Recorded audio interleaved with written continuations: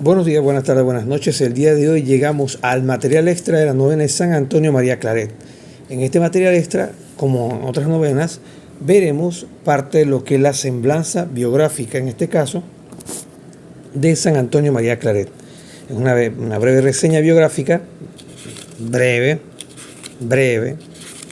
y cada vez que conté era una página que pasaba, breve. Cada vez que decía breve era una página que pasaba de esta novena que hemos estado haciendo. Y la idea es compartirla con ustedes y que conozcan un poquito más de este santo, San Antonio María Claret. Bien, dice: Dios suele enviar a cada época de la iglesia a un hombre providencial con misión salvadora en los pueblos. Para ello, a fin de cumplir su misión, los enriquece con dones naturales y sobrenaturales. Uno de ellos fue San Antonio María Claret. San Antonio María Claret nació en Sallent, en Cataluña, España, en el año 1807. Y sus campos de operación fueron Cataluña, Canarias, Cuba y toda España. Fue un niño de santidad precoz. A los 5 años se pasaba las noches pensando en la eternidad de los precitos y resolvió dedicar su vida a la conversión de los pecadores. Visitaba una ermita de la Virgen y le rezaba diariamente el rosario. Y en medio de los juegos,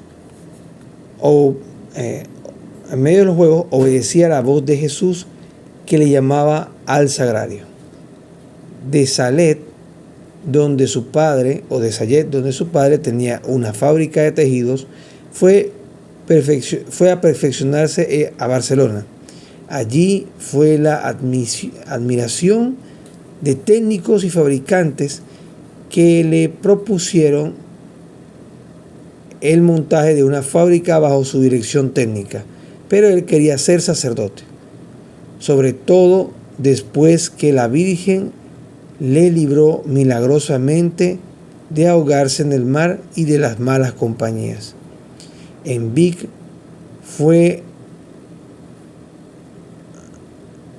un lugar así que se llama Vic, fue un seminarista fervoroso y muy ejemplar.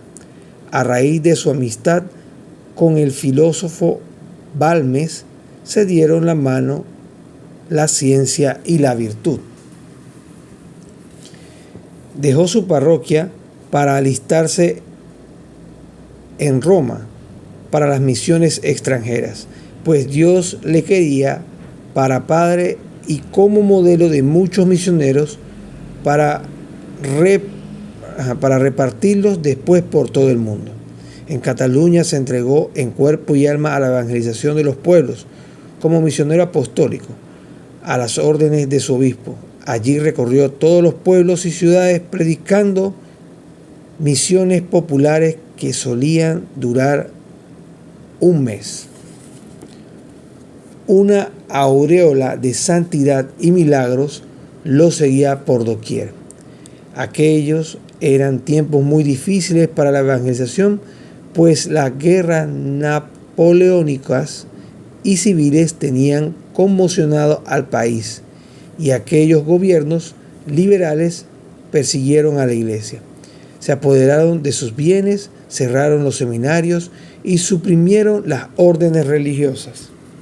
El padre Claret supo situarse por encima de toda política, sortear las persecuciones y calumnias y ganarse el favor de las masas populares que le seguían y escuchaban con delirio.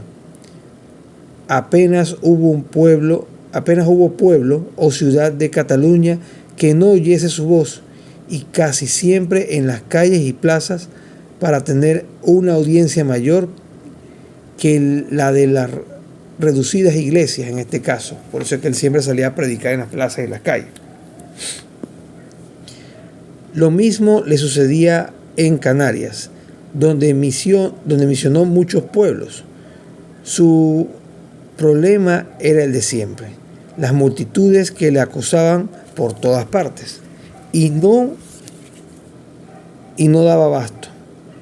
Y eso que además su predicación llegaba a través de conferencias y ejercicios espirituales a muchas más gente, tales como sacerdotes, religiosos, seminaristas, entre otros. Pronto se dio cuenta de que no podía llegar a todas partes y alentó con la palabra y el mensaje escrito. Predica de mucha más alcance y duración.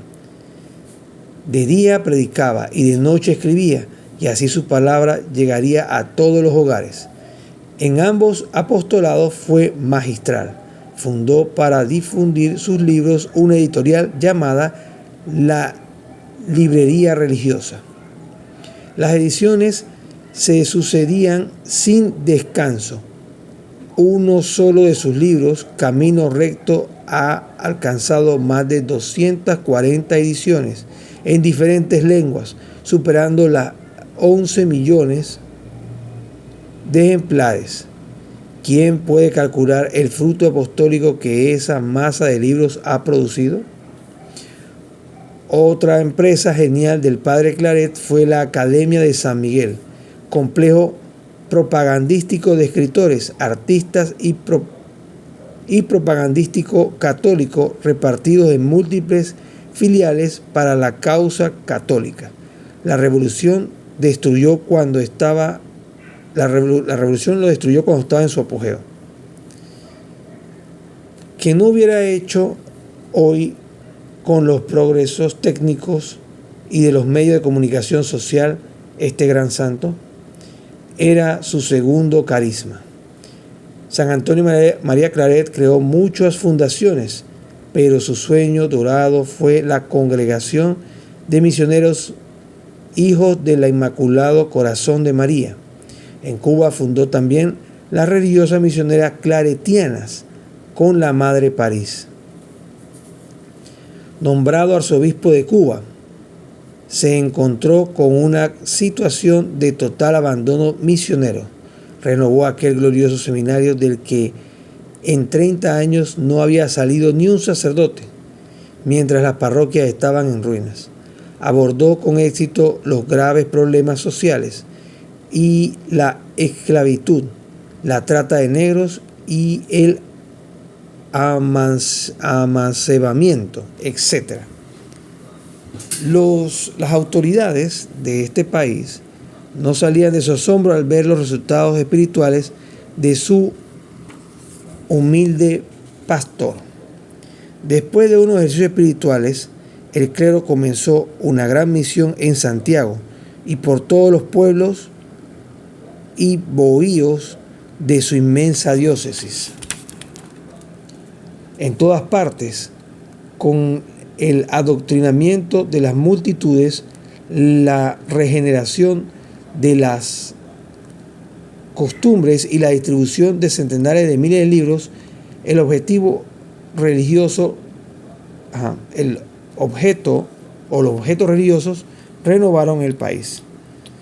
Se atajó el desembarco de barcos negreros, la trata, la inmoralidad pública, etc.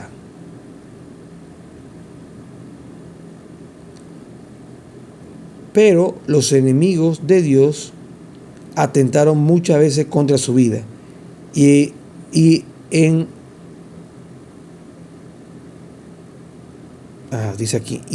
algún momento casi lo consiguieron, pues puso talleres de capacitación de los reclusos en las cárceles y fundó una colosal granja agrícola de artes y oficios para los jóvenes pobres e indigentes del país. Los cubanos recuerdan aún las profecías terribles del santo, los terremotos, el cólera y la guerra que se cumplieron puntualmente. 6 años después tuvo que abandonar Cuba y trasladarse a Madrid para constituirse confesor de la reina Isabel II, por voluntad del Papa. Sin embargo, impuso sus condiciones: libertad absoluta de apostolado, vivir fuera del palacio y apartamiento total de la política. Muy pronto muy pronto cambiaron las costumbres del palacio y volviese a repetir en Madrid la congregación de las multitudes en los ejercicios espirituales en la iglesia, barrios, cárceles y hospitales. Y sobre todo en ocasiones de los famosos viajes de los reyes hicieron por todas las regiones y capitales de España. O sea que prácticamente él vivía replicando, en este caso, lo que había hecho en otros lugares y lo replicó aprovechando su posición política como el confesor real de estos ejercicios espirituales y todas estas cosas que hemos escuchado hasta el momento en esta material extra de la novena. San Antonio María Claret consideró estos viajes reales como un don del cielo y los aprovechó para convertirlos en verdaderas misiones populares en las que impartía de 8 a 10 prédicas diarias, llegando a predicar en Granada hasta 14 horas en un solo día. Amó a los pobres hasta el punto de vender su cruz pectoral, la que usan los obispos, para socorrer a uno de ellos. Fue el ángel de la Iglesia española en la prevención de los... Fue un ángel de la Iglesia española en la provisión de los obispados y ayudando a los fundadores de las instituciones religiosas y padre del Concilio Vaticano I, que con sus obispos españoles fueron llamados la Guardia Imperial del Papa.